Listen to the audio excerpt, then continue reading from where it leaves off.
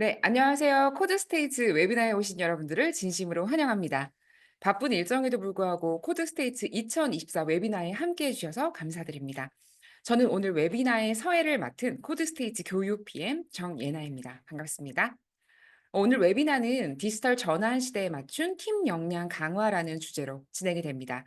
팀의 디지털 역량을 진단하고 그에 맞는 맞춤형 교육 솔루션을 제공하는 코드스테이츠의 혁신적인 접근 방법을 소개할 예정인데요. 특히 AI 기반의 디지털 역량 진단을 통해 HR 담당자와 경영진이 팀의 디지털 역량을 효과적으로 분석하고 맞춤형 교육 방안을 모색할 수 있는 실질적인 방법을 다룰 예정입니다. 오늘 웨비나에서 AI 시대의 필수적인 디지털 역량 진단과 맞춤형 교육 커리큘럼에 대해 다양한 인사이트와 실질적인 사례를 공유하니 끝까지 함께해 주시길 바랍니다. 네, 오늘 강연은 네 가지로 구성이 되어 있습니다. 먼저 첫 번째는 AI 시대 일잘러의 조건, 두 번째는 디지털 역량 진단을 통한 팀의 강점과 기회 발견, 세 번째는 실제 기업의 역량 진단 및 활용 사례, 마지막으로 현업과 직무에 연계된 프로젝트 교육 사례입니다. 이를 통해서 기업 교육 담당자 여러분께서 실무에 바로 적용할 수 있는 유용한 지식과 통찰을 얻어가시길 바랍니다. 만약 보시다가 강연자분들이 공유한 화면이 잘 보이지 않으실 경우에는 화면을 확대해서 보실 수 있으니 참고 부탁드립니다. 그리고 웨비나 중 궁금한 점이 있으시면 화면 하단에 Q&A 버튼을 통해 질문을 남겨주세요. 모든 강연이 끝난 후 여러분의 질문에 대해 답변을 드리는 시간을 가질 예정입니다. 또한 오늘 참여해 주신 분들을 위해 특별한 혜택도 준비되어 있습니다. 오늘 웨비나 참석자분들께는 웨비나 다시 보기 영상과 함께 DT 역량 진단 무료 참여 기회를 제공해 드리고 있습니다. 참여 시 결과 리포트와 함께 스타벅스 2만 원 상품권도 받으실 수 있으니 많은 관심 부탁드립니다.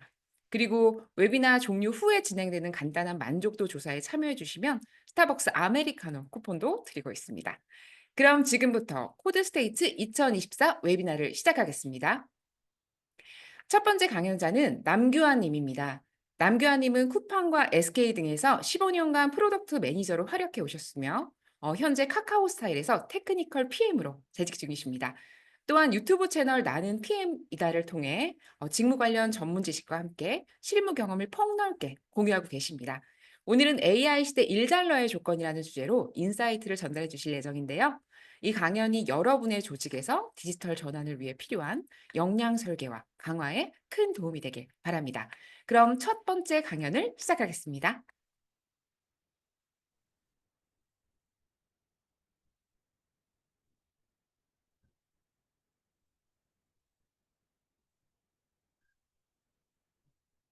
예, 안녕하세요. 저는 프로덕트 매니저로 일을 하고 있는 남교환이라고 합니다. 예, 오늘 강연 주제는 AI 시대 일잘러 조건이라고 얘기를 했는데요. 강의는 크게 두 부분으로 나눌 수 있을 것 같습니다. 첫 번째는 그 회사 차원에서 AI 도입 사례. 우리가 흔히 회사들에서 디지털 트랜스포메이션에 대해서 굉장히 많이 말을 했었는데 AI 특히 GPT가 나오면서 AI를 포함한 디지털 트랜스포메이션으로 개념이 조금 더 확장한 상태이고요. 그래서 회사에서 어떻게 GPT를 도입하고 사용하고 있는지 실사례에 대해서 조금 공유를 드릴 수 있을 것 같고, 두 번째가 이 세션에서 제가 조금 더 강조하고 싶고 중요하게 여기는 부분인데요. 회사에서의 사용뿐만 아니라 개인이 어떻게 GPT, AI를 활용할 수 있는지에 대해서 사례를 좀 말씀드릴 수 있을 것 같습니다. 제가 개인 사례를 조금 더 중요하게 생각하는 이유는 회사에서 공식적인 업무에 활용할 수 있는 것도 중요하지만 개인이 AI를 활용했을 때 개인의 일을 할 수 있는 역량이나 생산성이 거의 무한한 가능성을 가지고 늘어날 수 있다는 걸 제가 스스로 많이 느끼고 있기 때문에 개인이 AI를 활용하는 데 대해서 조금 더 강조를 해서 말씀드릴 수 있을 것 같습니다. 그리고 미리 말씀드리면 강의 자체가 장표 자체로만 진행되면 조금 평면적인 그런 강의가 될 것 같아서 실제로 제가 활용하는 그 화면을 이렇게 왔다 갔다 하면서 좀 보여드릴 예정이라서 그것도 참고하고 봐주시면 좋을 것 같습니다. 예, 먼저 기업에서 GPT 활용에 대해서 말씀을 드릴 텐데요. 일단 기업은 뭐 너무 잘 아시겠지만 리스크가 있는 걸 별로 좋아하지 않고 그다음에 장기적인 효과에 대해서도 확실치 않은 것에 대해서 투자를 조심스러워하는 경향이 있습니다. 특히 불경기에는 더 그렇겠죠. 그래서 GPT를 활용해서 여기 오른쪽에 표를 보시면은 영향도가 높은지 낮은지, 그 다음에 즉각적이냐, 미래 잠재력이냐, 이렇게 제가 사분면으로 나눠줬는데요. 교육이나 특히 이제 GPT 같은 걸 활용해서 세일즈 코칭 같은 것도 가능성이 굉장히 높은 분야로 알려져 있고, 그다음에 채용에 활용하는 이런 가능성도 높다고 알려져 있으나 당장 기업에서 돈을 들여서 즉각적인 뭔가 효과를 볼 수 있는 부분이 아니다 보니 기업들은 오른쪽에 있는 거, 고객 서비스나 리뷰 검수나 이런 쪽에서 많이 활용을 한 것 같아요. 이게 일반적으로 얘기하면은 그 리스크 디텍션 쪽, 그러니까 위험 감지 측면에서 기업들이 많이 활용을 하는 모습을 보였는데요. 기업에서 GPT 활용의 특징을 좀 보면은 방금 말씀드린 대로 즉각적인 효과가 있는 거, 이런 거 위주로 활용을 했고, 이걸 하면은 이제 좋은 점이 뭐냐면은, 예를 들어서 CS 코어를 어떻게 GPT를 활용한다는 거에 대해서 조금 설명을 드리면, 대규모 CS 콜을 받는 데는 이제 그 콜이 많다 보니까 그 기상천외한 일들이 많이 벌어집니다. CS 콜에서 그러니까 그런 리스크가 뭐가 있는지를 빠르게 알아내는 게 기업 입장에서는 되게 중요할 거거든요. 뭐 예를 들어서 뭐 폭력적인 언행을 하는 사람이 있을 수도 있고요. 그다음에 뭐 불량식품에 대한 얘기를 할 수도 있고 또 심지어 CS 콜에서 이거를 교환이나 뭐 환불을 안 해주면 난 지금 자살할 거야. 뭐 이런 말을 하는 사람도 믿기 힘들겠지만 있는 상황이에요. 그러다 보니까 기업 입장에서는 이게 굉장히 큰 리스크가 될 수 있기 때문에 CS 콜에 대해서 디텍션을 해내는 거를 되게 중요한 걸로 생각을 하고 있거든요. 근데 당연히 사람이 한다고 생각하면 하루에도 수천 수만 통이 오는 그 콜에 대해서 시간이 당연히 걸릴 겁니다. 그걸 뭐 들어보든 아니면 글로 전사된 걸 읽어보든 하면 시간이 걸릴 거고요. 그다음에 심지어 콜의 양이 많기 때문에 그걸 전수조사하는 게 불가능했던 상황이었습니다. 근데 이거를 AI를 쓰게 되면은 당연히 준실시간에 가까운 대응을 할 수 있게 될 거고요. AI가 실시간 모니터링을 하고 있으니까. 그다음에 양이 아무리 많아도 AI가 보기 때문에 전수조사가 가능해진다는 장점은 또 있습니다. 그러다 보니까 기업이 이런 리스크 디텍션 관점에서 GPT를 적극적으로 활용하는 그런 움직임이 있다라는 것을 알 수가 있습니다. 이 예시를 제가 GPT 플레이그라운드에서 한번 테스트를 해본 건데요. 프롬프트를 보시면은 입력된 리뷰에서 리스크를 파악해서 리스크가 있으면은 Y, 없으면 N, 그다음에 리스크 종류 형태로 나타내 달라고 이제 얘기를 했죠. 그래서 이 리스크의 종류는 제가 리스트의 가품, 폭력성, 뭐 거짓 정보, 부적절한 판매 상품 이런 식으로 이제 그 범주를 정해줬습니다. 자, 그래서 여기 보시면은 제가 산 가방이 백화점 페이지에 나온 것과 조금 다른데요라는 입력을 제가 넣었죠.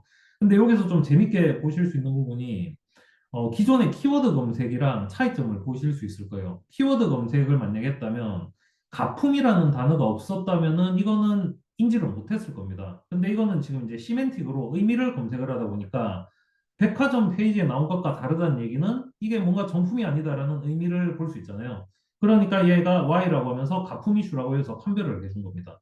그다음에 이것도 벌레 인형이 너무 귀여운 것 같아요. 라고 한 거는 리스크가 발견되지 않았다고 얘기를 하고 있죠. 근데 기존 같았으면은 이제 이거를 리스트, 키워드 리스트로 다 이제 등록을 해뒀을 거기 때문에 제가 밑에 이제 비교되게 쌀에서 벌레가 나왔어요라고 얘기를 한 부분 있죠. 똑같은 벌레라는 단어가 들어가도 벌레 인형은 당연히 인형이니까 리스크가 아니기 때문에 리스크가 발견되지 않았다라고 얘가 판단을 하고요. 그다음에 쌀에서 벌레가 나온 건 당연히 문제가 있는 상황이기 때문에 부적절한 판매 상품이라고 얘가 지금 분류를 하는 걸 보실 수 있을 거예요. 그래서 이렇게 GPT를 통해서 의미에 대한 검색이 가능해졌기 때문에 기업들은 단기간에 효과를 볼 수 있는 이런 리스크 디텍션 쪽에서 사용하는 것에 대한 예시라고 생각을 해주시면 될 것 같습니다. 예, 그래서 여기서부터는 조금 이제 그 기존의 머신러닝이나 AI를 못 보신 분이라면 조금은 어려운 얘기일 수도 있는데 제가 최대한 그냥 좀 간단하게 풀어서 한번 얘기를 해볼게요. 전통적인 ML과 그다음에 GPT 모델 여기 그림을 보시면 시간 소모적인 학습, 데이터 확보의 어려움, 그다음에 GPT로 넘어오면서 즉각적인 프롬프트 응답이고 데이터가 필요 없음 이렇게 얘기가 돼 있잖아요. 오른쪽에 여기 플로우를 보시면은 조금 더 이해가 될 수 있을 것 같은데요. 어떤 특정 변경되는 우리의 데이터에 대해서 기존의 전통적인 머신러닝 방식은 대량의 데이터 확보가 필요합니다. 왜냐하면 머신러닝 이 모델을 훈련을 시켜야 되기 때문에 뭐 만 개든 10만 개든 데이터가 많이 필요하고요. 그 데이터를 라벨링해서 학습을 시켜야 되는 상황이고, 그 다음에 모델 트레이닝 하는데 시간이 많이 걸려요. 트레이닝에 시간이 많이 걸린다. 근데 지금 GPT를 사용할 때는 데이터를 통해서 학습을 시키는 게 아니라 우리가 의미를 통해서 프롬프트로 얘한테 어떤 지시를 내리는 상황이 된 거죠. 그래서 프롬프트만 수정하면 되는 상황이고 그러면 이게 이제 어떻게 잘 작동되고 있는지에 대해서 테스트 셋을 통해서 프롬프트를 검증하는 방식으로 실제 사용을 하는 이 두 가지가 이제 차이가 나는 거죠. 크게 보면은 데이터가 굉장히 많이 필요하냐, 그다음에 그걸 훈련시키는데 또 시간이 필요하냐, 그게 이제 사라진 상황으로 봐주시면 될 것 같습니다. 자, 그래서 이제 이게 테스트 셋이라는 개념이 어떤 개념이냐면요. 전통적 머신러닝에서는 데이터를 확보를 대량으로 하는 이유가 모델을 학습시키는 목적이 제일 컸습니다. 그래서 예를 들어서 데이터가 만 개가 있다 치면 이 중에 90%는 데이터를 학습시키는데, 모델을 학습시키는데 쓰고, 남아있던, 그러니까 학습용과 겹치지 않는 데이터 10%를 잘 학습됐는지 검증용 테스트 셋으로 쓰는 이런 방식으로 많이 사용을 했었거든요.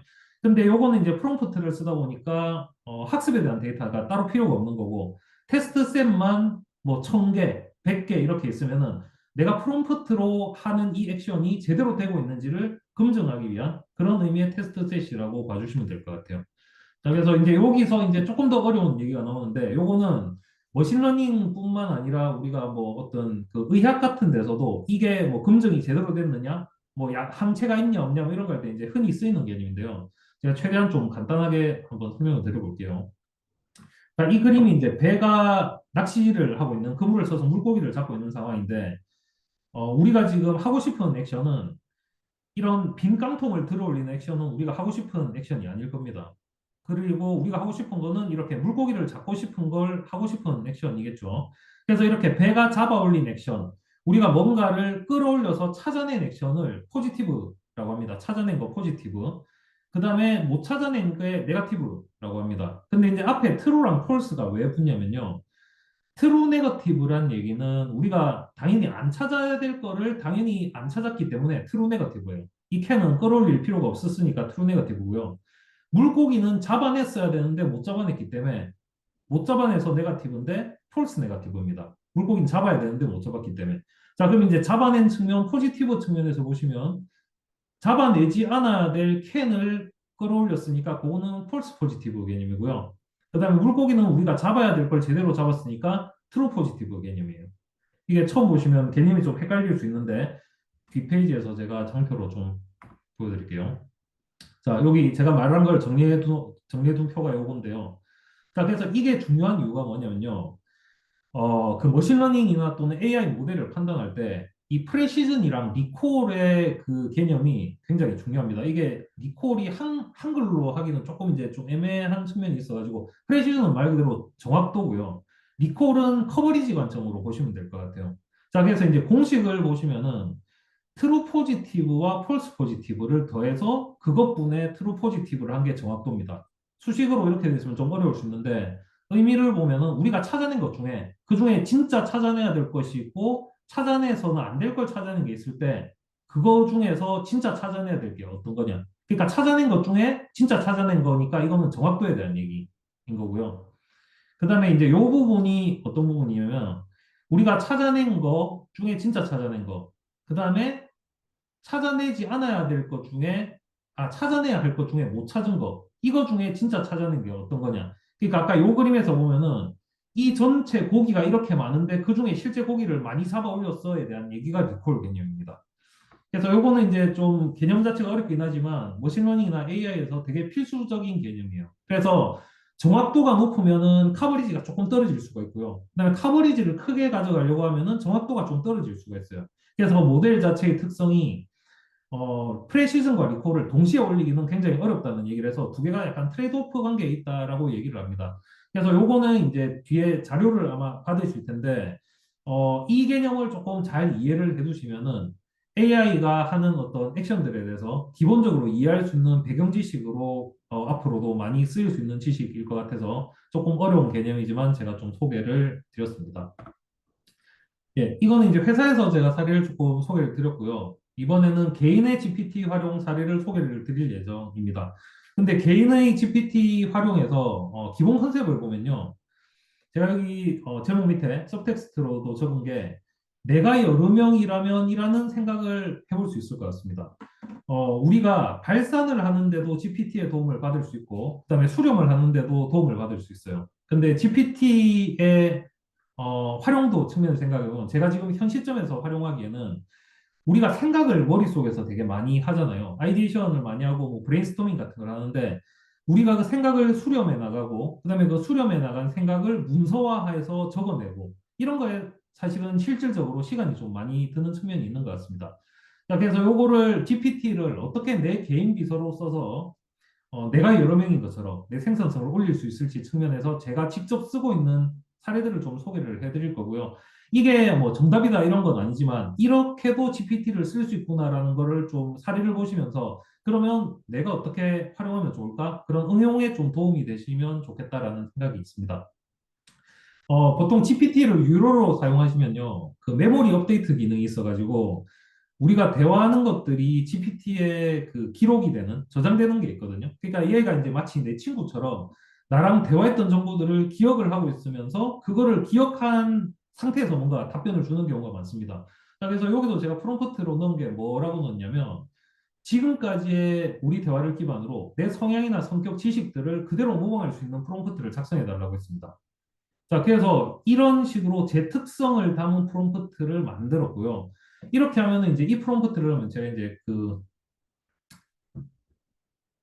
이걸 좀 보여드릴게요. 자, 이거 GPTS라고 많이 써보신 분들이 있을 건데, 이게 이제 비서를 한 명 한 명 만드는 것처럼 특정 인격이나 특성을 부여한 그 GPT를 만드는 게 GPTS고요. 그 다음에 MyGPTS는 그런 GPT를 내가 쓸 수 있게 모아두는 그런 기능이라고 봐주시면 될 것 같아요. 자, 그래서 제가 칸AI라는 거를 뭘 어떻게 만들었냐면, 제 특성을 그대로 모방해서 대답할 수 있는 AI 비서를 만들어 둔 겁니다. 그럼 얘가 이제 일례로 어떤 사례가 있냐면, 저는 이제 되게 그 MBTI 검사를 하면 항상 T 점수가 만점이 나올 정도로 논리를 중시하고 뭐 감성 이쪽이 약한 사람이거든요. 근데 저도 사람인지라 뭔가 충격적인 내용이 있을 때 뭔가 회사에서 충격을 받아서 뭔가 문서를 정리해야 될 때는 횡설수설을 하게 되는 경우가 있습니다.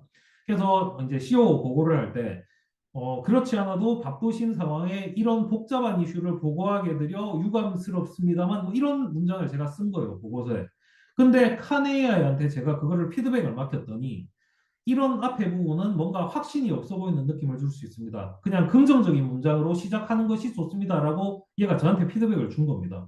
그러니까 어떻게 보면 제가 저를 AI로 만들어 놓고 제 도움을 받게 되는 뭐 그런 상황까지 이제 된 거죠. 그래서 이게 이제 올해 챗 GPT를 쓰시면 스스로를 모방해서 이런 프롬프트를 만들 수도 있다. 이런 사례를 좀 보여드린 거고요. 자, 요거는 제가 지금 최근에 가장 많이 활용하고 있는 건데, 요거를 좀 설명을 드리면, 아까 제가 수렴이나 문서화에 시간이 되게 많이 걸린다고 말씀을 드렸잖아요. 근데 제가 지금 프로젝트를 하나 생각을 했습니다. 그 프로젝트가 뭐냐면, 글을 제가 작성을 하는데, 1년 동안 내가 하루도 빠지지 않고 글을 포스팅할 수 있을까? 라는 생각을 하게 된 겁니다. 근데 이게 너무 바쁜데 날마다 글을 쓰는 게 가능해라는 생각을 하실 수 있잖아요. 자, 그거 역시도 여기 보시면 아티클라이트라는 GPT를 제가 만들었어요. 그래서 얘가 지금 보면은 이제 이 프롬프트를 쓴 게 한글로 번역한 게 요거거든요. 얘가 하는 역할은 뭐냐면 제가 특정 주제나 머릿속에 번뜩이는 생각을 얘한테 말을 걸었을 때 저한테 역으로 질문을 막 던져요. 그래서 그 글이 완성될 만큼 제 생각을 물어서 질문을 던진 다음에 그거를 글을 써주는데 자 여기 보시면은 제가 인터뷰의 역할에 충실해라. 그러니까 네 AI의 의견을 덧붙이지 말고 그냥 내 의견을 수렴해서 인터뷰어의 역할에 충실해라는 얘기를 하고요. 또 재밌는 걸 하나 보시면 이 부분이 되게 재밌는데 제가 그 인풋 텍스트 파일을 하나 업로드를 했어요. 이게 뭐냐면은 제가 그 블로그에 평소에 썼던 글들 그거를 한 세네 페이지를 텍스트로 해서 얘한테 붙였어요. 그래서 얘한테 무슨 얘기를 하냐면 글 스타일을 제가 쓰는 것과 똑같은 스타일로 흉내냈으라고까지 얘한테 얘기를 한 겁니다. 그러다 보니까 이제 얘가 글을 쓰는 게 제가 이제 보여드리겠지만 이 방식으로 글을 써서 모은 게 지금 이 페이지입니다. 제가 블로그 아티클이라는 노션 DB를 하나 만들었고요. 지금 글을 모은 거 보면은 엄청나게 지금 많이 모였죠. 근데 지금 여기 보면 N이 붙은 게 아직 퍼블리시가 안 된 놈들이고, 그 다음에 퍼블리시가 된 놈들이 Y라고 돼 있어요. 자, 이거 뭐 글이 이렇게 하나를 클릭을 해보면, 글의 그 글 말투 자체가 기본 GPT 말투는 아니에요. 그러니까 제가 올린 아까 그 텍스트 파일에서 제 글을 쓰는 방식을 모방해서 그거를 이제 얘가 지금 쓰고 있는 상태인 거거든요. 자, 그럼 이제 이거를 GPT를 통해서 제가 글을 쓰는 거를 조금 보여드릴게요. 자, 타이어에서 제가 호혜성 원리, 타이어를 넣을 때마다 제가 공짜로 바람을 넣으니까 호혜성 원리에서 제가 죄책감이 들더라. 그런 사례를 얘기했더니 얘가 왜 그런 방문을 한 이유는 뭔지, 어떤 구체적인 죄책감이 들었는지 이런 식으로 저하고 토론을 이어갑니다. 그렇게 토론을 쭉쭉 이어가다가 제가 좋아하면은 그거를 제 말투로 얘가 지금 글을 써주는 거예요. 그럼 이거 글을 써준 거를 저는 아까 노션에 여기서 DB에 하나씩 지금 복사를 해서 이렇게 놔두고요. 근데 이제 여기서 조금 더 이제 재밌게 가는 게 뭐냐면은,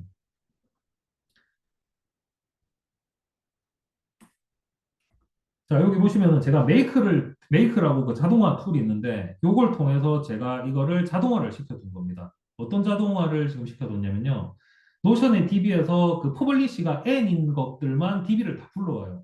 그래서 이 글을 모은 다음에 그 글이 쪼개져서 오거든요. 그래서 텍스트 어그리게이트라는 기능을 통해서 그 텍스트를 다 붙이고 라우터에서 무슨 일을 하냐면 워드프레스인 제 블로그와 그 다음에 링크드인 쪽으로 발행을 하는 이 플로우를 지금 둔 거예요. 그러다 보니까 여기 보시면은 자, 링크드인을 보시면은 지금 여기 보면 3시간, 1일, 2일, 3일, 4일 이런 식으로 꾸준하게 지금 제가 글을 올리고 있는 걸 보실 수 있고요. 6일, 1주, 그다음에 쭉쭉쭉쭉 지금 글이 지금 자동으로 다 올라가고 있죠. 그다음에 똑같은 내용이 제 블로그에도 이런 식으로 지금 올라가고 있습니다. 자, 이렇게 하면 이제 우리가 글을 직접 문서로 작성하고 그다음에 업로드하는 게 우리한테 굉장히 허들이거든요. 근데 GPT를 통해서 그 허들을 없애주는 그런 상황을 이제 자동화를 통해서 만들 수 있다라는 거죠. 그다음에 이제 여기서도 또 재밌는 거를 시도해 볼 수 있는 게 뭐냐면요. 노출이 221, 뭐 200, 220 쭉쭉쭉 가면서 965, 279 이렇게 있지 않습니까? 그러면은 이제 추후에 할 수 있는 액션이 노출 수가 좋았던 거, 사람들이 잘 반응하고 좋아했던 글만 골라내서 GPT한테 입력을 해주고, 자, 이런 글의 특성을 이용해서 다른 글을 작성해. 라는 프롬프트도 넣을 수 있다는 게 이제 되게 재밌는 점이겠죠. 자, 그래서 이제 AI 시대 마인드셋에 대해서 이제 조금 말씀을 드리면, 그런 게 좀 중요한 것 같습니다. 그러니까 AI가 나오면서 저희가 AI에게 뭐 일자리를 뺏기면 어떡하지? 뭐 이런 생각을 하는 분들도 이제 많이 늘어났을 텐데요. 저는 이거를 구분하는 게 되게 중요하다고 생각해요. 그러니까 나만 할 수 있는 일이 뭐냐? 그 다음에 AI가 할 수 있는 일이 뭐냐? 이걸 구분하는 이유는 뭐냐면 AI가 할 수 있는 일은 AI한테 전부 맡기면 좋습니다. 그러면은 저한테는 생산성이 올라가고 시간적 여유가 확보되겠죠. 그러면은 그 확보된 시간 속에서 나만 할 수 있는 일을 할 수 있는 시간과 여유를 벌 수 있는 버퍼를 벌 수 있는 상황이 생기겠죠. 그래서 전반적인 저희가 이제 정보화 사회로 넘어와서 좀 추세 자체를 생각을 해보면요. 원래 저희가 기본적으로 그 노하우라는 얘기를 많이 했었습니다. 그러니까 그 지식을 알고 있는 사람만이 전문성을 발휘할 수 있는 시대였었죠. 근데 인터넷 검색과 구글 검색 이런 게 나오면서 노웨어의 시대가 왔었죠. 어디에 뭐가 있는지만 찾을 수 있으면 뭐든 할 수 있는 시대가 됐고요. 그 다음에 GPT가 나오는 초창기에는 텔하우의 시대로 넘어갑니다. 그러니까 내가 어떻게 말할지만 알면은 프롬프트를 통해서 뭐든 할 수 있는 시대가 된 거죠. 자, 근데 이제 여기서 조금 더 생각을 해보면요. 어떻게 말을 할지를 안 후에 그러면 어떤 말을 해서 뭘 할지가 중요해질 거거든요. 그래서 이제 저는 최후에 나오는 거는 나만 할 수 있는 이라는 얘기는 결국 think what의 시대로 넘어갈 거라는 생각을 합니다. 그러니까 내가 무슨 생각을 하는지가 제일 중요해진 시대가 된 거라는 생각을 하거든요. 그래서 내가 어떤 아이디어와 생각만 있으면 그거를 GPT라는 생산성을 높일 수 있는 비서를 통해서 빠르게 해볼 수 있고 그걸로 내 생산성을 높일 수 있는 그런 시대가 됐지 않나라고 생각을 합니다. 예, 그래서 오늘 제가 강의 좀 짧은 시간이라서 많은 말씀을 못 드리긴 했는데 정리를 해보면 회사 차원에서도 GPT를 통해서 기존의 머신러닝이 할 수 없는 많은 것들을 할 수 있는 시대가 됐다. 회사의 생산성이 높아지는 시대가 됐다라는 한 꼭지와 그 다음에 회사 일뿐만 아니라 내가 나의 생산성을 올려서 회사 일을 더 잘할 수 있는 그런 가능성이 거의 무한대에 가까운 이런 시대가 됐다. 그래서 그거를 좀 말씀드렸고 일단 AI를 그러면 잘 배우려면 이걸 잘 활용하려면 어떤 마인드셋이 필요하냐로 좀 정리를 하고 마치면 좋을 것 같은데 사실 AI에 대한 정보는 너무 많이 깔려 있어요. 오히려 정보의 홍수라는 생각이 들 정도로 많은 사람들이 AI에 대해서 말을 하고, 그 다음에 하루가 빠르게 새로운 기술들이 쏟아지고 있습니다. 그래서 우리가 이거를 어디서 찾을 수 있는지 걱정은 안 해도 되는 시대가 된 것 같고요. 오히려 저희가 걱정을 해야 되는 건, 이 AI가 나왔을 때 내가 이거를 어떻게 활용하고, 이 활용을 통해서 내가 어떻게 생산성을 높일 수 있고, 궁극적으로 무엇을 할 수 있는지를 조금 더 고민하는 그런 시대가 되지 않았나라는 생각을 합니다. 예. 그래서 이 정도 말씀을 드리면서 강의는 마치면 좋을 것 같고요. 추가로 질문이 있으면은 예, 질문 답변 시간을 가지면 좋을 것 같습니다.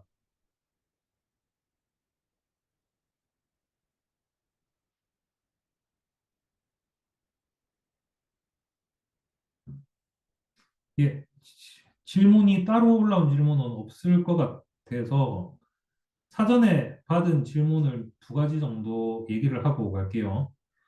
첫 번째 질문에 AI와 챗GPT가 고도화되고 있는데 어떤 영향을 키워야 할까요? 예, 이거 방금 제가 마무리 멘트에서 좀 소개를 드린 내용 같은데요. 일단 사용법을 익히는 것도 중요하고, 그다음에 좀 부지런하고 호기심을 가지는 자세도 중요하겠지만, 기본적으로 AI가 있기 때문에 내가 원하는 걸 모두 할 수 있다라는 생각을 기본적으로 가지시면 좋을 것 같고, 조금 더 사람에 대한 호기심, 인문적인 생각을 하시고, 내가 뭘 할 수 있을까? 뭘 내가 재밌어 하는 사람일까에 대해서 조금 더 고민을 하면은 좋을 것 같습니다.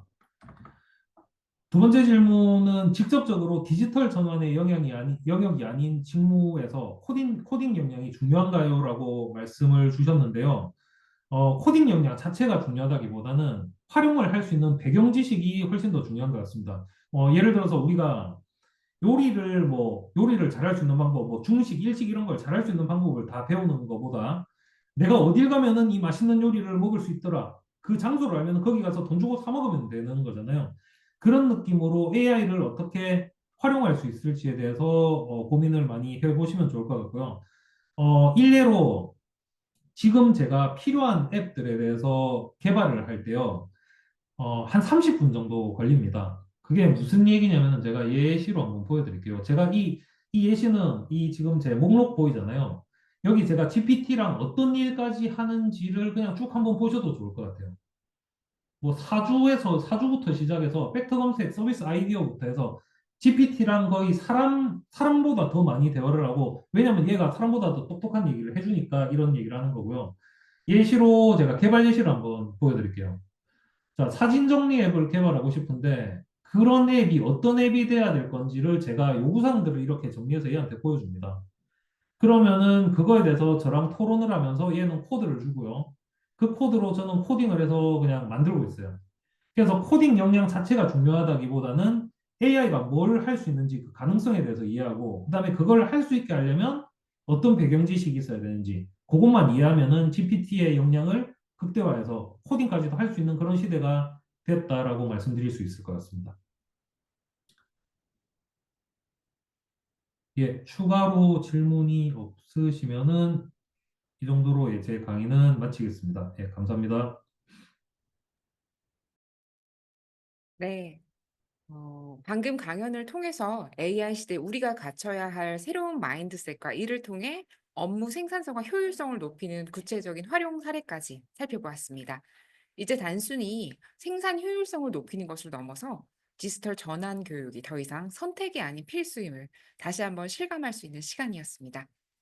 네. 두 번째 강연은 디지털 역량 진단을 통해 팀의 강점과 기회를 발견하는 방법에 대해 다룰 예정입니다. 이번 강연에서는 디지털 역량이 어떻게 개인과 팀의 가능성을 여는 열쇠가 될 수 있는지, 그리고 실천을 통해서 어떤 방식으로 팀의 경쟁력을 강화할 수 있는지에 대해 깊이 있는 통찰을 제공할 예정입니다. 코드스테이츠 진단평가팀 시니어 리서처 유영상 박사님께서 강연해 주시겠습니다. 네, 안녕하십니까. 방금 소개받은 코드스테이츠 진단평가팀 시니어 리서처 유영삼입니다. 최근 디지털 역량 진단에 대한 관심이 굉장히 많으신 것으로 알고 있습니다. 따라서 이번 섹션에서는 코데이 스테이츠만의 주요 디지털 역량 진단 전략과 더불어서 진단 결과를 어떻게 활용할 수 있는지에 대해서 소개해 드리고자 합니다. 자, 본격적으로 역량 진단에 대해 살펴보기에 앞서서 역량의 개념에 대해 다시 한번 좀 살펴보았으면 하는데요. 자, 우리가 진단하고 개발하고자 했던 역량이 그것이 무엇이었는지 다시 한번 알아봄으로써 앞으로 디지털 역량의 진단과 교육이 나아가야 하는 방향에 대해서 생각해보는 시간을 좀 가졌으면 합니다. 자, 그래서 준비한 첫 번째 세부 섹션은 디지털 역량 실천으로 가능성을 여는 힘입니다. 최근에 빅데이터 분석이나 또 AI 기술 등과 같은 이런 디지털 기술 등을 통해서 우리는 그 새로운 가능성을 여는 힘을 얻고 있다고 할 수가 있는데요. 하지만 디지털 역량에 대한 이해가 좀 구성원들 간에 너무나 다양한 경우가 많습니다. 또 그로 인해서 역량을 개발하고 활용하는 과정에서 좀 길을 잃게 되기도 하는데요. 따라서 이 시간에는 HR 분야에서 주로 사용되는 역량의 본래 의미를 좀 되새겨보고 디지털 역량 진단과 교육이 나아갈 방향을 좀 살펴보도록 준비해 보았습니다. 다음과 같은 상황을 가정해 보실 수가 있는데요. 같은 마을에 두 농부와 사과나무가 있습니다. 자, 한쪽 나무는 사과가 많이 열려 있는 반면에 다른 하나는 그렇지 못하죠. 같은 마을이었다면 이런 기후와 같은 외부 요인은 동일했을 텐데요. 자, 그렇다면은 수확량 차이의 원인을 두 농부의 인적 특성에서 찾을 수가 있을 것입니다. 그래서 두 농부의 어떤 차이가 사과 수확량에 영향을 미쳤을까요? 자, 간단하게 상상을 해보시면 이런 사과 농사에 성공한 농부는 그렇지 않은 농부보다 비료 사용 시기에 대한 지식이 더 많았을 수도 있겠죠. 자, 그리고 또 비료 살포 기계를 사용하는 기술이 더 좋았을 수도 있습니다. 또 한편으로는 다른 농부보다 매일 또 이른 새벽에 작업을 시작하시는 그런 성실성에서 차이가 있었을 수도 있습니다. HR 분야에서는 이처럼 탁월한 성과에 영향을 미치는 이런 개인 내적인 특성들의 종합을 역량이라고 정의를 하고 있습니다. 자, 우수한 성과를 만들어내는 직무 행동들이 있고요. 그 행동의 원인이 되는 개개인의 지식이라던가 기술 혹은 인성 특성 등을 종합해서 하나의 역량이라고 부를 수가 있습니다. 사과 수확량을 늘리기 위해 필요했던 여러 가지 활동이나 행동들이 있었을 텐데요. 자, 그 중에서 지금 같은 예시에서는 자, 비료를 적절한 시기에 효과적으로 사용하는 그런 직무 행동도 필요했을 것입니다. 자, 그렇기 위해서는 아무래도 비료 사용에 대한 지식과 그리고 기술이 반드시 필요했을 것이고요. 또 반대로는 또 성실성이 좋았던 농부의 또 이런 매일 일찍 일어나서 과수원에 나가서 평균 작업 시간을 더 많이 확보하는 그런 직무 행동도 필요했을 것입니다. 자, 이런 일련의 과정들이 높은 사과 수확량이라는 성과와 이어진다면 그것을 우리는 비료 활용 역량이다라고 부를 수가 있을 것입니다.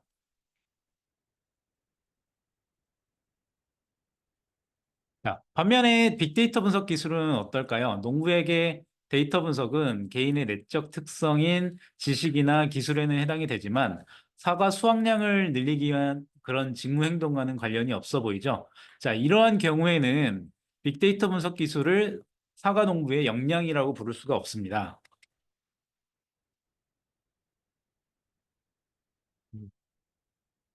자, 하지만 이 농부가 빅데이터 분석을 통해서 날씨를 예측할 수가 있다면 어떨까요?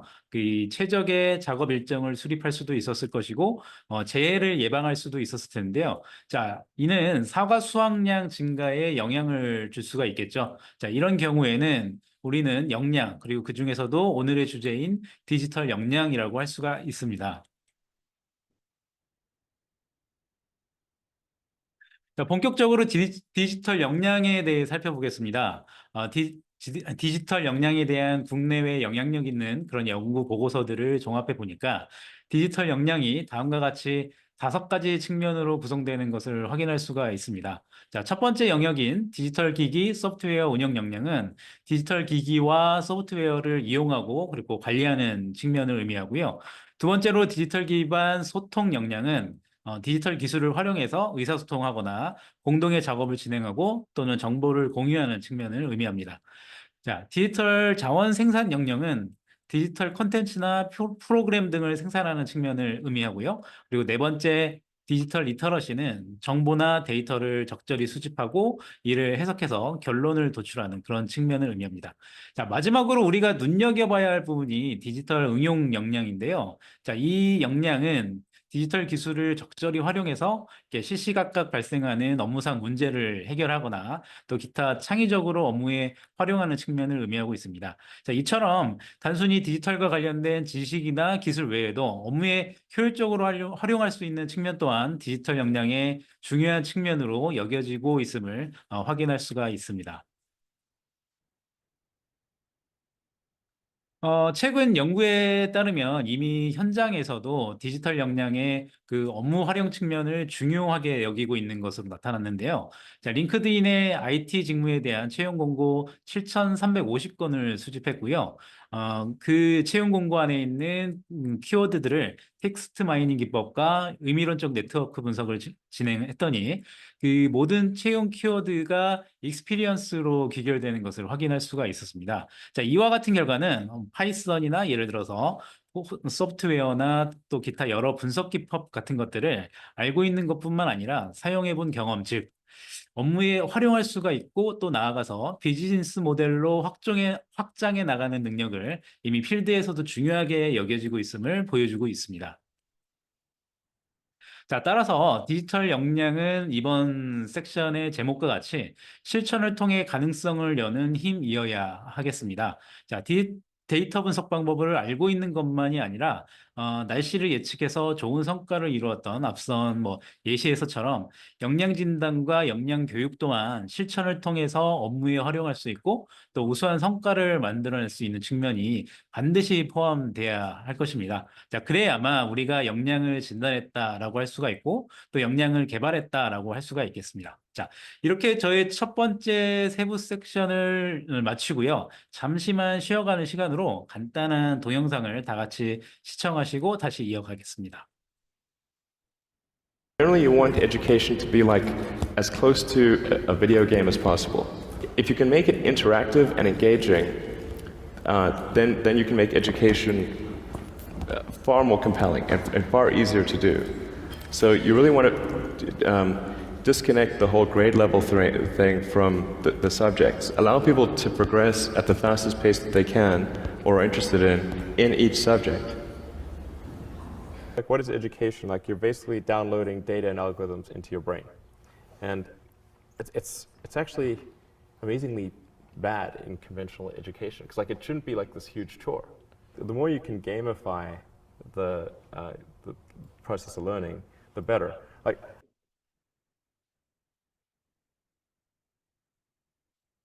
네, 짤막한 영상 보고 오셨는데요. 오늘날 역량 개발과 관련해서 생각해 볼 점이 많은 그런 영상인 것 같습니다.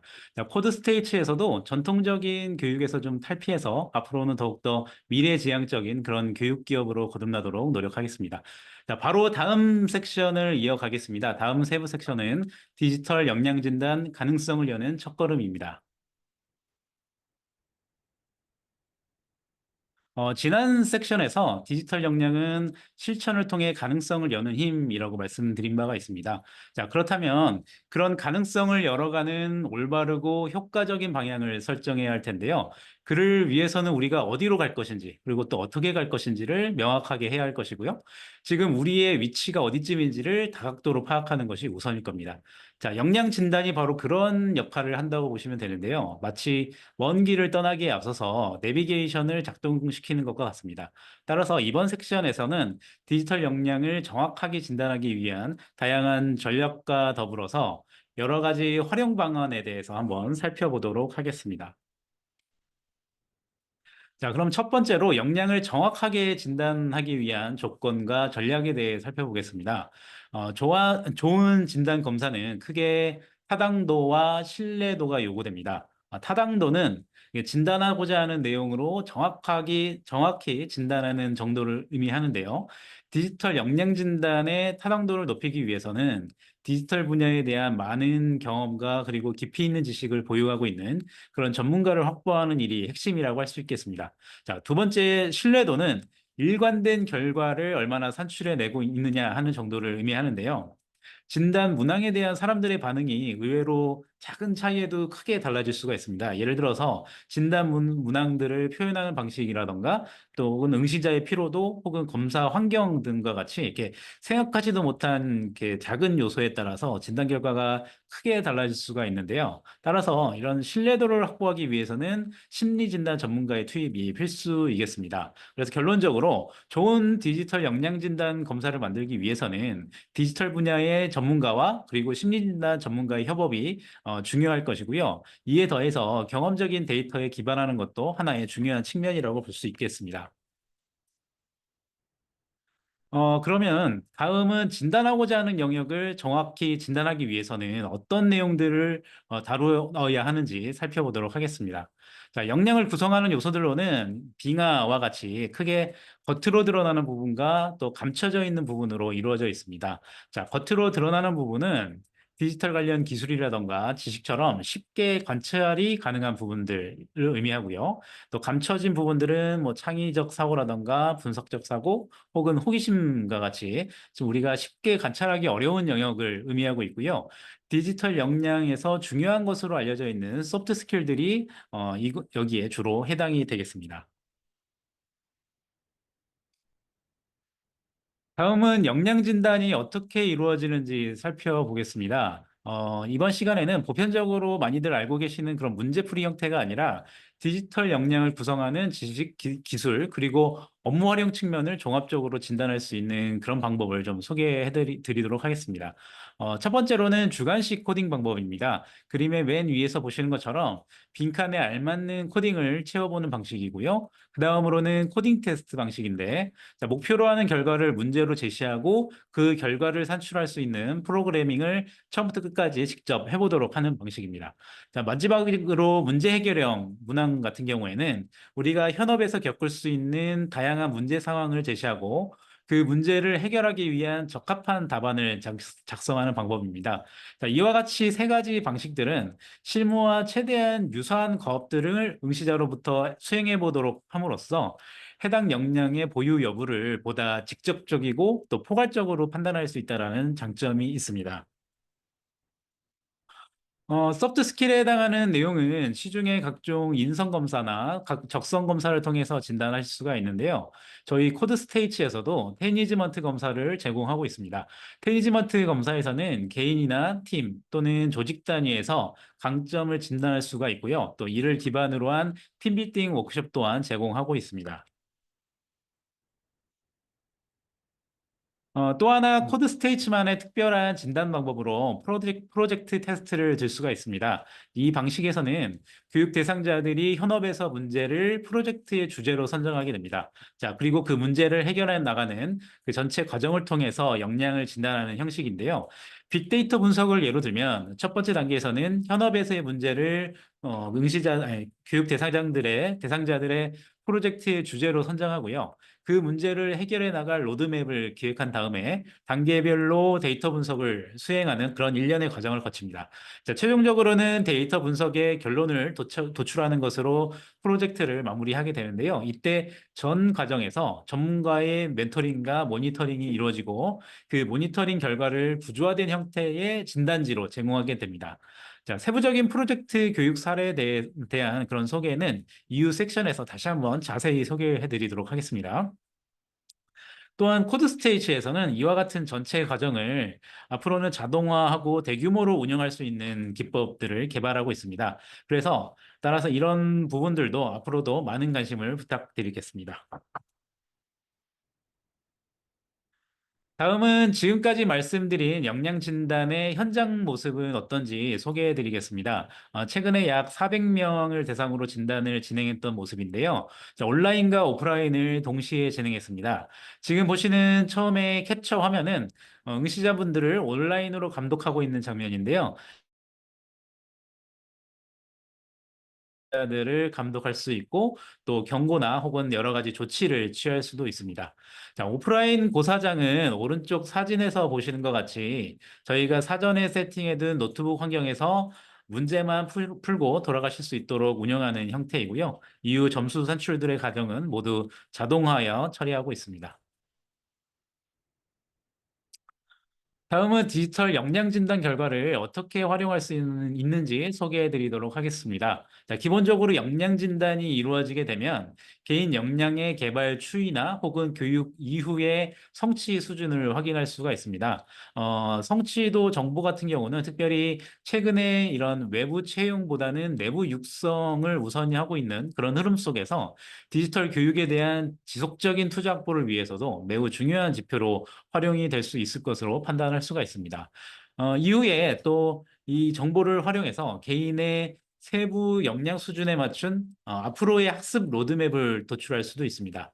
그리고 이런 역량 진단 결과를 대규모 데이터로 축적을 하시게 된다면 다면적인 분석을 통해서 개인별 프로파일을 도출할 수가 있고요. 또 이를 통해서 넷플릭스나 혹은 유튜브의 추천 시스템처럼 각자 성향이나 역량 수준에 맞춘 그런 초개인화된 커리큘럼을 개발할 수가 있고요. 또 더 나아가서 역량 개발 계획을 개인화된 형태로 세울 수가 있습니다. 자, 이와 같은 실전은 인적 자원 관리라던가 활용에 있는 그런 전략에 있어서도 시장을 선도할 수 있는, 여러분들의 시장을 선도할 수 있는 혁신적인 변화를 가져올 수 있을 것으로 확신할 수가 있습니다. 뿐만 아니라 디지털 역량 진단은 단순한 측정이나 평가가 아니라 미래를 대비하는 중요한 그런 준비 과정이 아닐 수가 없습니다. 디지털 역량 진단을 통해서 우리는 구성원의 잠재력을 최대한 이끌어낼 수도 있고요. 새로운 기회를 발굴할 수도 있고 또 경쟁력을 높이는 데 중요한 역할을 할 수도 있습니다. 따라서 디지털 역량을 신뢰도 있고 그리고 타당도 있게 진단하는 것은 이번 섹션의 제목처럼 우리의 새로운 가능성을 여는 첫걸음이라 할 수가 있겠습니다. 자, 이와 같은 첫걸음을 우리 코드 스테이치와 함께 나가시기 바랍니다. 자, 제가 준비한 내용은 여기까지고요. 지금까지 경청해 주셔서 대단히 감사드립니다. 지금부터는 간단히 질의응답 시간을 갖도록 하겠습니다. 지금까지 올라왔던 그런 질문들 중에 몇 가지만 좀 살펴보겠습니다. 첫 번째로 온라인 진단 운영에서 돌발 상황이나 장애 요소는 없나요? 부정행위 방지는 어떻게 이루어지나요? 라고 질문 주셨는데요. 일단 온라인 같은 경우에는 오프라인보다 단위 인원수 대비 더 많은 감독관을 배치하고 있고요. 또 응시자가 듀얼 화면을 연결하면은 응시가 불가능하게끔 하는 기능도 있고 또 응시자 얼굴뿐만 아니라 응시자가 보고 있는 화면의 모습까지도 실시간으로 감독이 가능하게끔 되어 있습니다. 그래서 생각하시는 것보다 훨씬 철저하게 부정행위 방지가 이루어지고 있고요. 또 운영상의 돌발 사항을 방지하기 위해서 응시자들로 하여금 사전 체험을 하신다거나 개인별 응시 환경에 대한 점검을 하실 수 있도록 그 사전에 의무화하고 있습니다.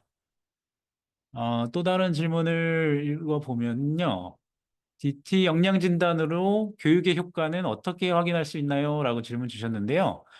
일반적으로 교육의 효과를 확인하기 위해서 사전 사후 진단을 통해서 교육 효과를 측정하고요. 대부분 이제 사전 사후 진단 문항을 동일하게 구성하기도 하는데 상황에 따라서 동일한 난이도의 문항을 서로 다른 문항으로 구성해서 진행을 하기도 합니다. 또 상황에 따라서는 그 교육 진행간에 수집했던 그런 성취도 점수와 비교해서 효과를 확인하실 수도 있습니다.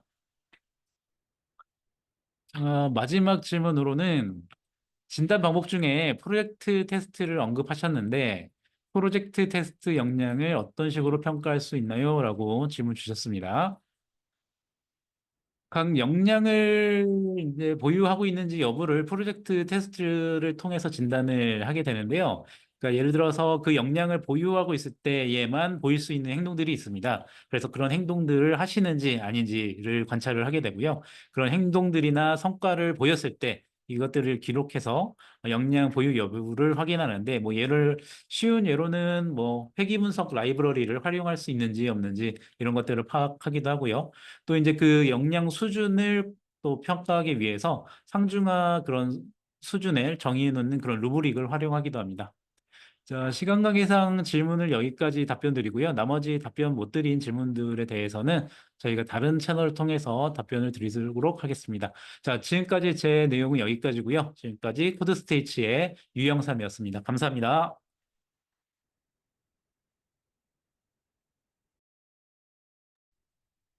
네. 방금 강연을 통해서 디지털 역량이 팀의 성과와 가능성을 열어가는 중요한 요소임을 깊이 이해할 수 있었습니다.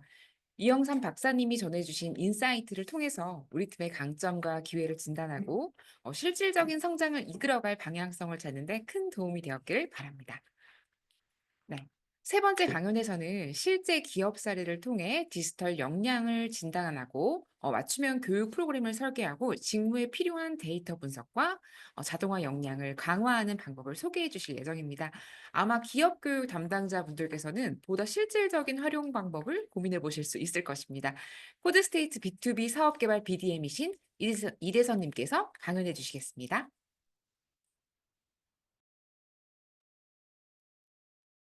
네, 안녕하세요. 코드스테이츠 기업교육팀에서 사업개발 담당하고 있는 이대선 매니저입니다. 코드스테이츠의 진단 기반 역량 교육이 기업 구성원의 실질적인 디지털 역량 강화로 어떻게 이어지는지 실제 교육 사례 통해서 알아보겠습니다. 네, 최근 제조업계는 디지털 대전환 시대를 맞아 큰 변화를 겪고 있습니다. 연구 개발부터 생산, 영업, 경영 지원에 이르기까지 모든 부서에서 쌓이고 있는 데이터를 기반으로 업무 혁신, 제품 개선, 원가 절감을 이루고자 하는 움직임이 활발하게 일어나고 있습니다. 그래서 먼저 소개해드릴 사례는 저희가 중견 제조사 대상으로 진행했던 전사 대상 맞춤형 디지털 전환 교육입니다. 이 교육은 두 가지 목표가 있었는데요. 전사 임직원의 기본적인 디지털 역량을 한 단계 높이고, 두 번째는 각 직군별로 핵심 데이터 분석 인재를 양성하는 것이었습니다. 이 목표를 효과적으로 달성하기 위해서 저희는 크게 이 세 가지 이 단계로 이 교육을 진행했는데요. 이 좌측에 보시면은 저희가 교육하기 전에 먼저 어떠한 문제들이 디지털 기술과 데이터로 해결될 수 있는지 사전에 파악했습니다. 이를 위해 저희는 교육 대상자들과 HRD 담당자들과도 인터뷰를 진행했었고요. 그리고 교육에 돌입하기 전에 저희는 진단 평가를 해서 각 임직원의 현재 디지털 역량과 데이터 리터러시 수준을 측정했습니다.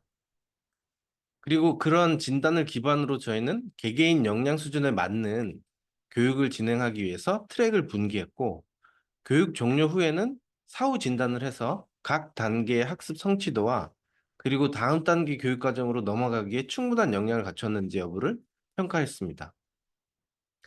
그리고 최종적으로 최고 난이도 과정, CDS 과정을 이수한 분들에게는 CDS 인증을 수여해서 조직 내 데이터 전문가로서의 역할을 수행할 수 있도록 그렇게 했습니다.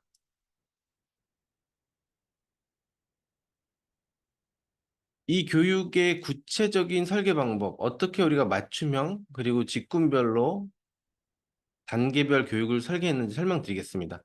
각 직군마다 필요로 하는 디지털 역량과 데이터 분석으로 해결해야 되는 문제가 다 서로 다릅니다.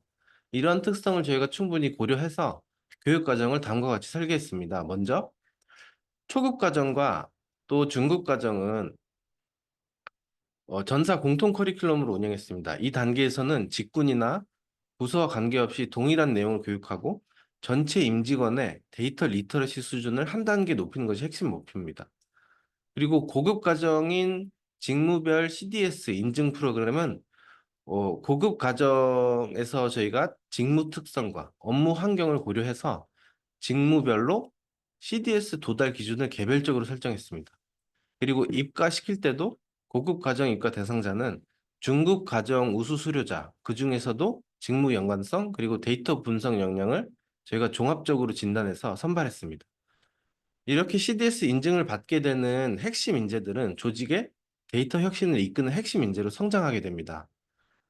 실무 데이터를 실제로 활용하고 자신만의 분석 프로젝트를 기획할 수 있고, 그 기획한 내용을 조직에 전파할 수 있는 조직 내 데이터 기반 의사결정의 문화를 전파하는 천병 역할을 수행하는 그런 인재로 저희가 성장시키고 있습니다.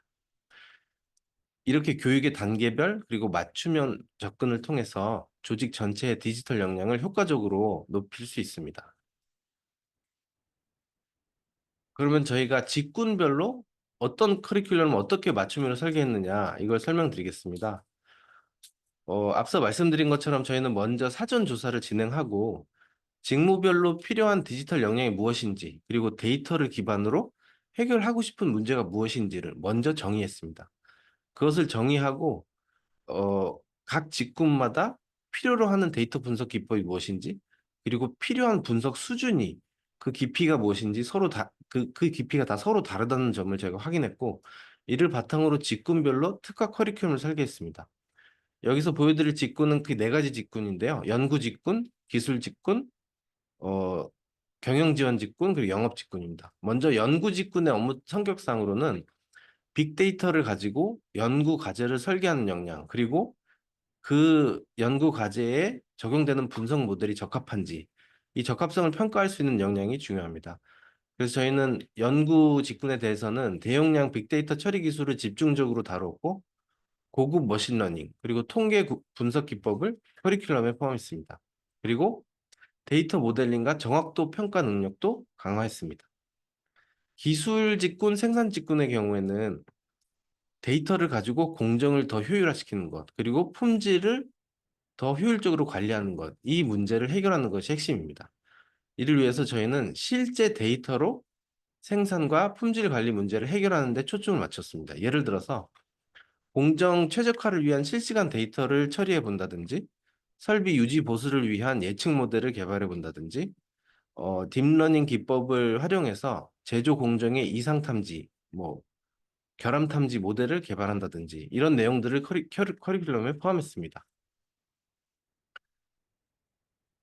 그리고 경영 지원 직군 같은 경우는 경영 데이터를 효과적으로 해석하고 인사이트를 뽑아내서 그것을 상부나 내부에 보고하는 업무가 주된 업무입니다. 그래서 이 경영 지원 직군 같은 경우에는 저희가 비즈니스 데이터 형태에 맞는 통계 분석 기법이 무엇인지 그리고 데이터 스토리텔링의 기법을 통해서 경영진과 내부의 데이터 의사결정을 어떻게 도울 수 있는지 그리고 최신 데이터 시각화 도구를 활용해서 분석 인사이트를 쉽게 외부로 또는 툴을 통해 공유하는 방법을 학습했습니다.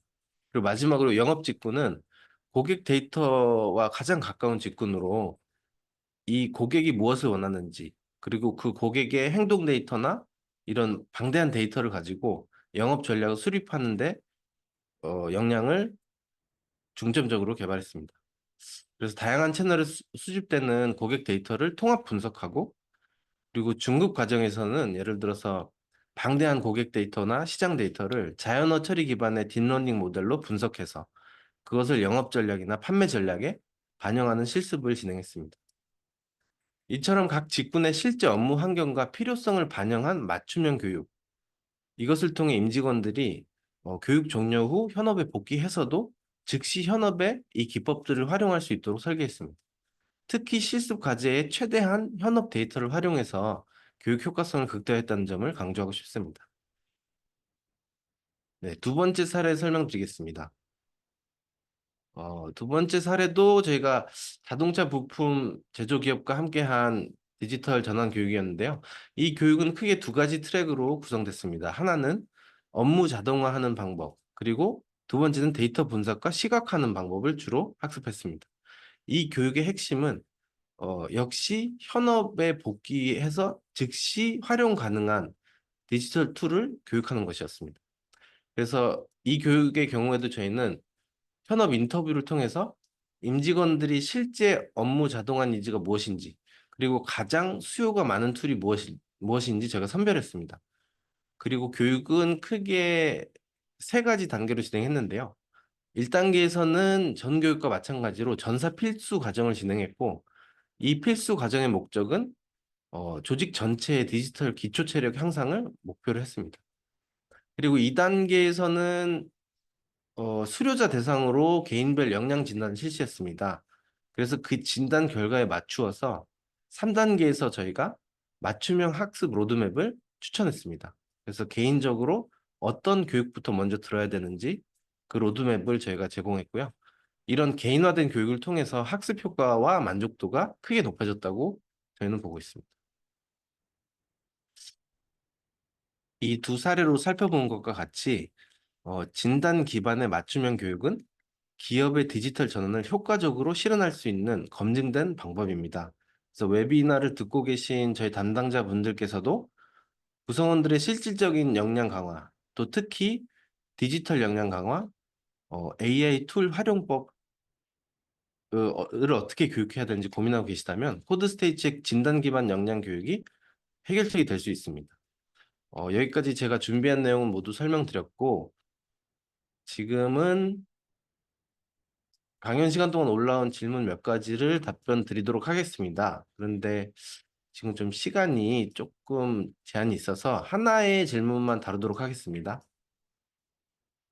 음. 네, 이 질문이 있는데요. 요즘 업무 자동화 툴이 너무 많고 AI 툴도 너무 많습니다. 이 난무하는 AI 툴, 각종 업무 자동화 툴의 홍수에서 우리가 어떤 툴을 선택하고 배워야 하는지 여쭤보셨는데요. 이 문제는 저희도 교육기관이지만 항상 고민하는 부분입니다. 뭐 예를 들어서 동일한 텍스트 기반의 생성형 AI 툴도 뭐 챗GPT도 있을 테고 퍼플렉시티도 있고 뭐 클로드라는 툴도 있고 데이터 분석이나 데이터 시각화 툴도 너무 다양합니다. 그리고 뭐 조금 더 고급 역량을 배우자면은 SQL이나 파이썬 같은 프로그래밍 언어를 배워야 할 경우도 있고 그래서 저희가 기업 교육 담당자들에게 추천하는 방법은 첫 번째는 무조건 교육하기 전에 일정 시간을 가지고 사전 인터뷰와 업무 성격 조사가 필요하다.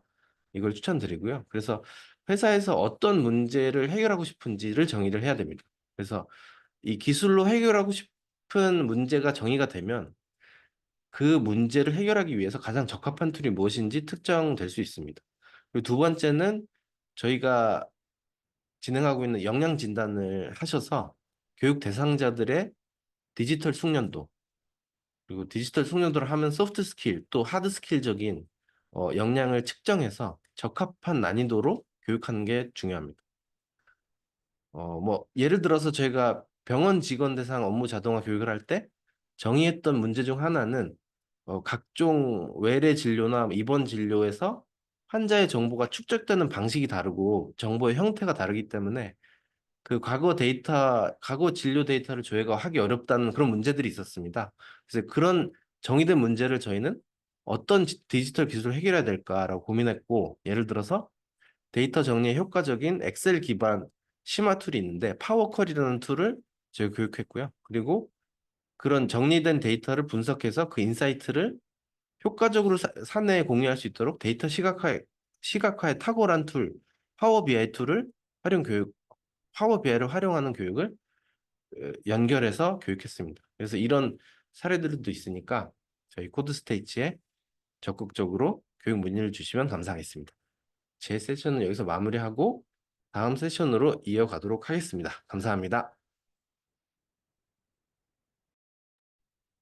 네. 실제 기업에서의 사례를 통해서 역량 진단이 어떻게 활용되고 있는지 이해가 깊어지셨길 바랍니다. 각 기업의 사례가 조직에서 유의미하게 적용될 수 있기를 바라면서 마지막 강연으로 이어가겠습니다. 네, 마지막 강연에서는 실제 기업의 교육 사례를 바탕으로 현업 과제를 기반으로 한 문제 정의, 그리고 단계별 분석 수행, 최종 결과물 평가까지 현업과 직무에 직접적으로 연계된 교육의 중요성과 효과에 대해서 알아보도록 하겠습니다. 코드스테이츠 B2B 사업개발 BDM이신 김기도님께서 강연해 주시겠습니다. 네, 안녕하세요. 코드스테이츠에서 교육 사업 개발을 담당하고 있는 사업개발 매니저 김기돈입니다. 진단, 그리고 진단을 활용한 교육들을 앞선 세션에서 확인하셨을 텐데요. 이번 세션은 기업 교육을 담당하고 계시는 여러분이라면 가장 궁금한 부분을 긁어줄 수 있는 세션이지 않을까 생각합니다. 기업 교육을 통해 어떻게 바로 실무에 적용할 수 있지? 라는 궁금증에 답을 드릴 수 있는 세션으로 꾸며보았습니다. 앞으로 소개드릴 사례는 H자동차 그룹 부품 제조 계열사에 제공된 교육 사례입니다만 현재 공공기관 지사에도 동일한 교육을 제공해 드리고 있으며 실무 적용도를 높이고 싶어 하시는 기업 교육 담당자님들이 많이 찾아주고 계시는 교육입니다. 그럼 함께 한번 확인해 보시죠. 코드스테이츠는 실무 역량 개발, 지향적으로 교육을 설계해 드리고 있습니다. 많은 교육들이 실무 역량을 개발할 수 있는 교육을 지향하고 있지만 실질적으로 그 효과성에 의문을 가질 수 있으실 거라고 생각합니다. 하지만 코드 스테이츠는 장표에서 확인할 수 있는 것과 같이 3가지 단계로 교육을 설계하여 실무에 바로 적용할 수 있는 교육을 제공해 드리고 있습니다. 실무와 연결된 과제를 기획하고 문제 해결 로드맵을 기획할 수 있는 첫 번째 단계, 챕터별 실제 데이터셋 분석을 수행하고 이를 통해 도출된 인사이트를 바탕으로 업무 적용 방향성을 논의해 볼 수 있는 두 번째 단계, 마지막으로 역량 개발 수준을 진단하고 평가하는 세 번째 단계로 구성되어 있습니다. 그럼 각 단계별로 교육에 대한 내용들을 자세하게 소개해 드릴 수 있도록 하겠습니다. 첫 번째, 현업에서 해결해야 하는 문제 정의하기 단계입니다. 우선 구성원들이 전체 교육기간 동안 진행되는 데이터 분석 프로젝트를 현업 과제를 기반으로 설계하였습니다. 교육 초반에는 데이터 분석을 위해 필요한 하드 스킬, 코딩 역량, 분석 역량 등 내용을 학습하였고, 하반기에는 현업 과제 기반 데이터 분석 프로젝트가 진행되었습니다. 후반에 수행된 분석 프로젝트를 통해 수강생들이 실제 업무에 활용 가능한 데이터 분석 역량을 갖추도록 하였는데요. 여기서 핵심은 현업 직무에서 마주치는 문제를 프로젝트 과제에 반영했다는 점입니다. 프로젝트 돌입 전 별도 기획 OT를 통해 데이터를 활용하여 현업에서 해결해야 할 과제가 무엇인지를 정의하였습니다. 아울러 프로젝트 전에 별도의 분석 기획 리포트를 작성하여 강사진과 현업 전문가들의 피드백을 받았습니다. 해당 피드백 요소는 데이터 확보 가능 여부, 분석 모델 적정성, 기대 효과에 대한 타당성 검증 등이 있습니다. 다음은 이번 프로젝트를 진행하면서 실제 수강생들이 작성한 데이터 분석 기획안입니다. 이 기획안에는 현업에 복귀해서 데이터로 해결하고 싶은 과제가 무엇인지 정의되어 있고 적용하고자 하는 분석 모델, 예상되는 기대 효과 등이 기재되어 있습니다. 이와 같이 핵심 과제로 진행되는 프로젝트 내용 자체를 현업 과제를 중심으로 설계하여 현업 복귀 후 데이터 분석 역량 활용 가능성을 높였습니다. 지금 보고 계시는 리포트는 사전 기획된 분석 프로젝트 완료 후 최종 결과 리포트의 예시입니다. 현업의 문제와 이를 해결하기 위한 데이터 수집, 그리고 분석, 시사점 도출까지 현업 적용 가능성을 우선적으로 고려한 프로젝트입니다. 이번 장표는 실제 이번 교육에서 진행된 프로젝트 주제들입니다. 어떻게 살짝만 보셔도 실제 현업에서 고민하고 있는 지점이라는 것을 한눈에 확인하실 수 있으실까요? 다음은 이제 이번 웨비나 전체 주제를 어떻게 보면 관통하고 있는 진단과 평가에 대한 내용입니다. 프로젝트 교육은 하드 스킬과 소프트 스킬, 크게 2가지 영역에 대한 평가가 진행되었습니다. 지금 보여드리는 장표는 하드 스킬 영역을 평가하기 위한 평가 항목들입니다. 데이터 분석 역량의 하드 스킬 역량은 교육 과정 전반에 걸쳐 제시되는 작은 단위 과제에 대한 기술 역량을 평가하는 것으로 측정합니다. 각 과제에 사용된 데이터 처리 방식, 데이터 분석 모델 적용 방식 등 핵심 기술 역량에 대해 얼마나 학습한 내용을 활용했는지 평가합니다. 데이터 분석 역량의 소프트 스킬 역량은 주로 최종 분석 과제에 대한 평가로 측정하였습니다. 단순히 기술적인 데이터 분석 역량의 우수성만 보지 않고 해당 데이터 분석 과제가 현업에 어떤 비즈니스 임팩트를 줄 수 있는지, 실제 현업에 복귀해서 수행 가능한 난이도의 프로젝트인지, 향후 활용 가능한지 등을 평가하였습니다. 이 평가 과정에는 강사진 평가뿐만 아니라 현업 동료 직원들, 그리고 사내 데이터 분석 전문가들의 피드백도 별도 수집하여 평가에 반영했습니다. 현업 동료 평가를 통해 더욱더 현업 적용 가능성에 대해 고민하도록 수강생들을 유도하였습니다. 최종적으로 이 교육은 4.7이라는 교육 만족도를 기록할 정도로 아주 만족도가 높은 교육 중에 하나였고, 설계부터 진행, 그리고 현업 적용도까지 아주 수준 높은 교육이었습니다. 이 교육 세부 만족도 피드백을 공유드리면, 교육 콘텐츠 부분에서는 아무래도 현업 과제로 진행되었다는 점에서 높은 피드백, 높은 만족도를 보여주었고요.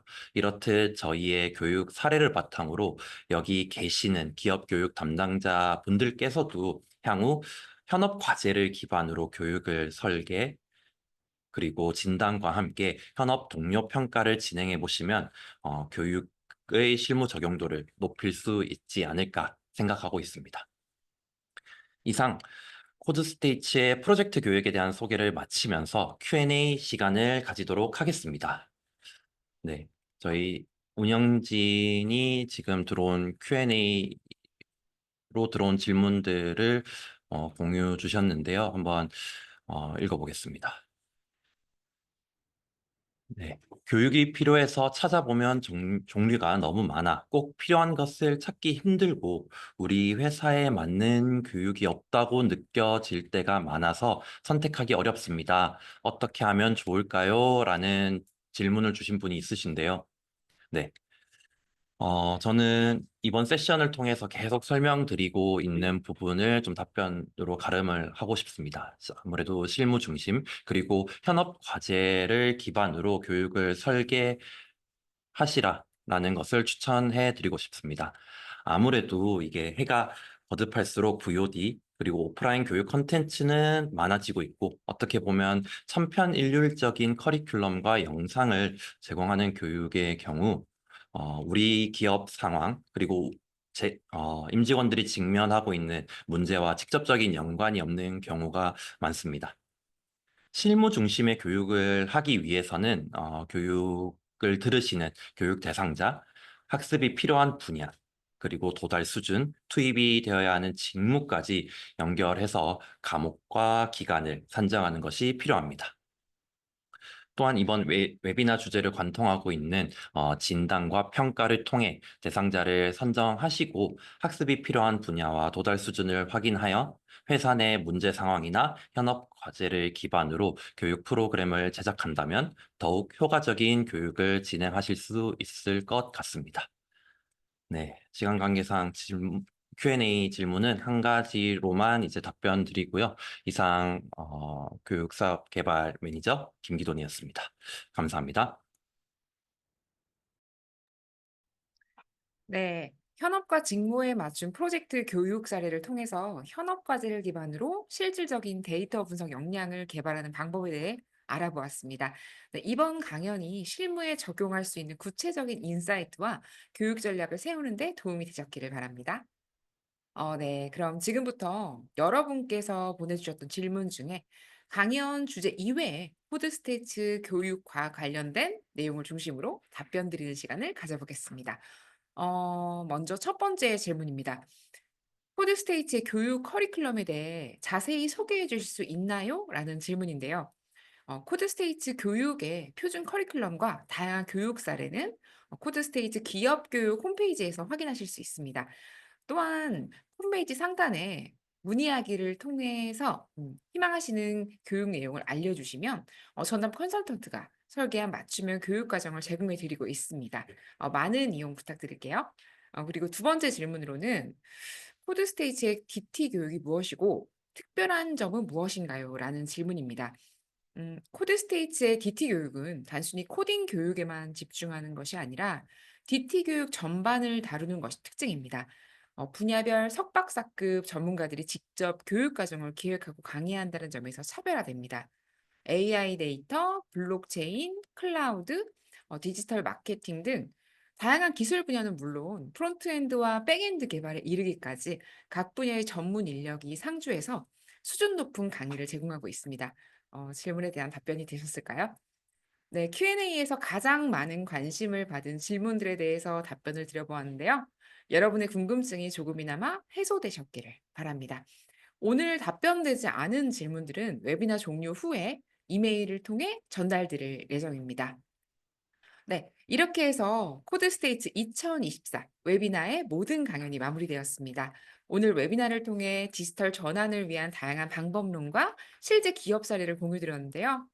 기업 교육과 DT 역량 강화에 대한 새로운 인사이트와 영감을 얻으셨길 바랍니다. 오늘 소개해드린 코드스테이츠의 DT랩 그리고 디지털 역량 진단은 여러분의 조직이 미래를 대비하는 데 중요한 도구가 될 것입니다. 코드스테이츠는 기업의 성장을 위한 최고의 교육 솔루션을 제공하고 있습니다. 저희는 단순히 교육을 전달하는 것을 넘어 기업과 수강생 모두에게 실질적인 성과를 가져다 주는 교육 설계와 개선에 최선을 다하고 있습니다. 교육 과정에 대한 모든 질문과 고민이 있으시다면 언제든지 저희에게 문의해 주세요. 오늘 웨비나는 끝났지만 여러분 조직의 디지털 전환은 지금부터 시작입니다. 코드스테이츠와 함께 팀의 강점과 가능성을 최대화하고 새로운 도약을 준비해 보세요. 여러분의 도전과 성장에 코드스테이지가 항상 함께하겠습니다. 참여해주신 모든 분들께 다시 한번 감사드리면서 여러분의 조직이 디지털 시대를 선도하는 리더가 되시기를 진심으로 응원합니다. 감사합니다.